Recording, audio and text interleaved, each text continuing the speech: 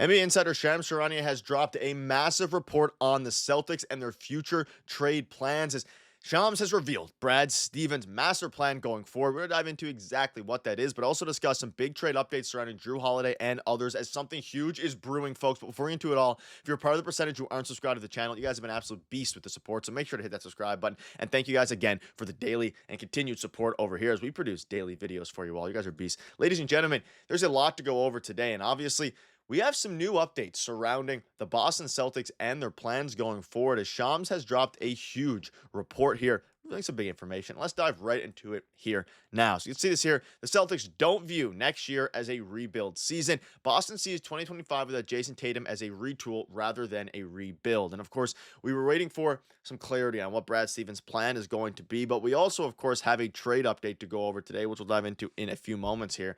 But let's start with the report from Shams. So you can see this here, and let's kind of do a little bit of a recap and, put some perspective into things here. So one of the most intriguing offseason storylines around the NBA surrounds the roster construction of the Boston Celtics. You fast forward a little bit there to the third paragraph. The Celtics are faced with decisions around the roster. The franchise is well into the punitive second tax apron, and Jayson Tatum is set to miss a bunch of time.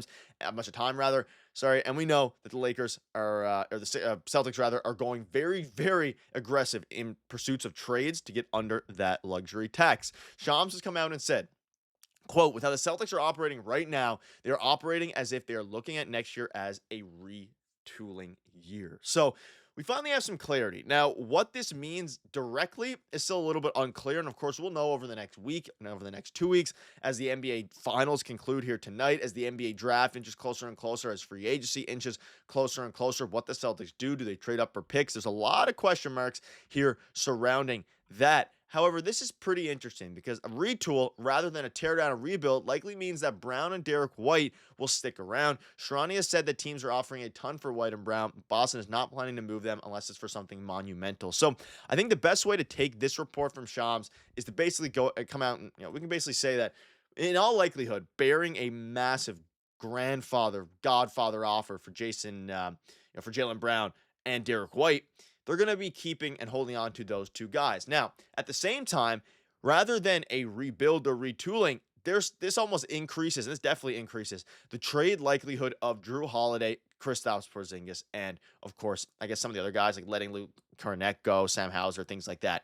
Because it's clear they want to remain somewhat competitive. They don't want to completely throw their team away. I mean, if they wanted to fully rebuild and then rebuild around Jayson Tatum, they would probably trade Jaylen Brown or Derrick White, though I think, Derrick White has insurmountable value, but they'd probably trade Jaylen Brown and then look around. I think they're going to keep those guys, but this makes a trade for Jrue Holiday and Kristaps Porziņģis even that much more likely because and an offseason that's going to be filled with a ton of things as I'm recording this video, like literally seconds ago, it's why I paused.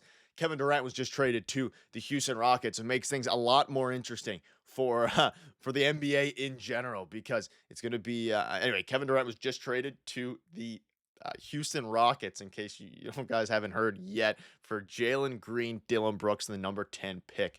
So it's craziness is going on right now. Zeroing back in the Celtics for a second here, this is very intriguing because not only now are, of course, the Celtics looking at this as a retool year, they can now really be in a position to trade a guy like Jrue Holiday. And I think as we continue to get closer and closer, big trades are going down, all these different things, it is clear that the Boston Celtics are going to be moving off from one of their, if not both of their, luxury tax guys, Kristaps Porziņģis and Jrue Holiday. Now, I think Jrue Holiday, there's been a lot of rumblings about teams like the Mavericks. There's been a lot of rumblings about teams just around the NBA. And I think that now, again, with this report, we now know what their plan is. At least we know they're not going to go on a full rebuild. And let me know down below what your thoughts are on this report from Shams.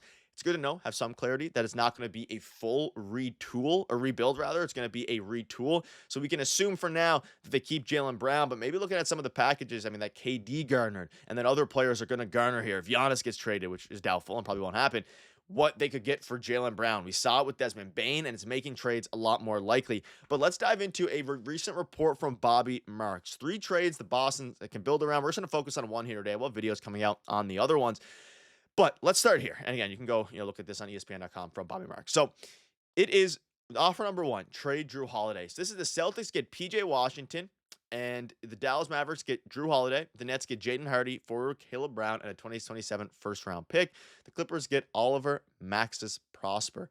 So this one is, I mean, kind of crazy. So the Celtics are essentially getting PJ Washington in exchange for dumping Jrue Holiday's contract and giving up a first round pick. Now, it's also becoming more and more clear with any move and any report that is coming out now that a Jrue Holiday trade is going to require the team to actually give up assets, and no team is going to, take them for free, I guess. And you can see it here. Like the Celtics are probably going to have the dump picks in order to give up Jrue Holiday because he has $135 million left, whatever it is, on his contract.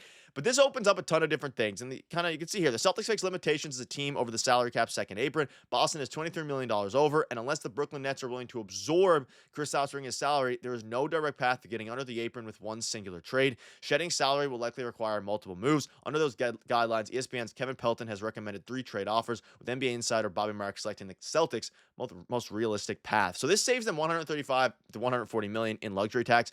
It is essentially just the Jrue Holiday contract. Now, keep in mind, you don't need to give up that $135 million to get under the luxury. You just need to get $23 million, shed $23 million because, of course, that just finished, right?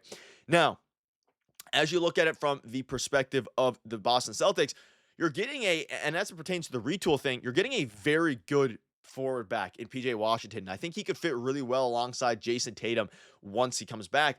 But also, this would give you a year to kind of figure out how things, it's just to be somewhat competitive. Having PJ Washington, Jaylen Brown, Derrick White, is it going to win the Eastern Conference? Doubtful, but it's interesting. And are you better with PJ Washington instead of Jrue Holiday? Like overall, probably not. I mean, you can maybe make the argument. I think I'd still prefer Jrue Holiday.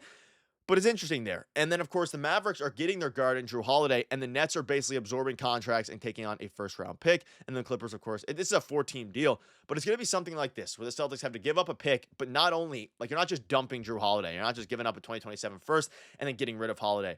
You're still getting a player back in return that is basically a cheaper version of Jrue Holiday. And I'm not saying that PJ Washington and Jrue Holiday are similar players at all, but by cheaper version, I mean someone who can play in the everyday, lineup at a cheaper price. And that's what PJ Washington is. Of course, he's not a point guard. He is a power forward, but he's also a very, very solid player and has really excelled defensively since joining the Dallas Mavericks. So from the Hornets, it's going to be interesting to see what happens here. At the end of the day, there's reports coming out, Jrue Holiday for DeMar DeRozan and Devin Carter. There's a lot of different avenues here, but one thing is clear is that the Celtics are retooling rather than rebuilding. And I think that lends credence to the fact that a Jrue Holiday trade is imminent here and things are going to really pick up. But let me know down below what your thoughts are. Are you happy about this report? Are you sad about it? Do you want them to really dive into a full rebuild, get rid of all their assets? And also, let me know down below what your thoughts are on the KD trade, breaking it live for you all. You guys are beasts. Things are really starting to pick up, and it's going to be very interesting for a very long time. Thank you guys for watching. Make sure to hit that subscribe button. Let me know down below what your thoughts are on this. You guys are beasts. Cheers.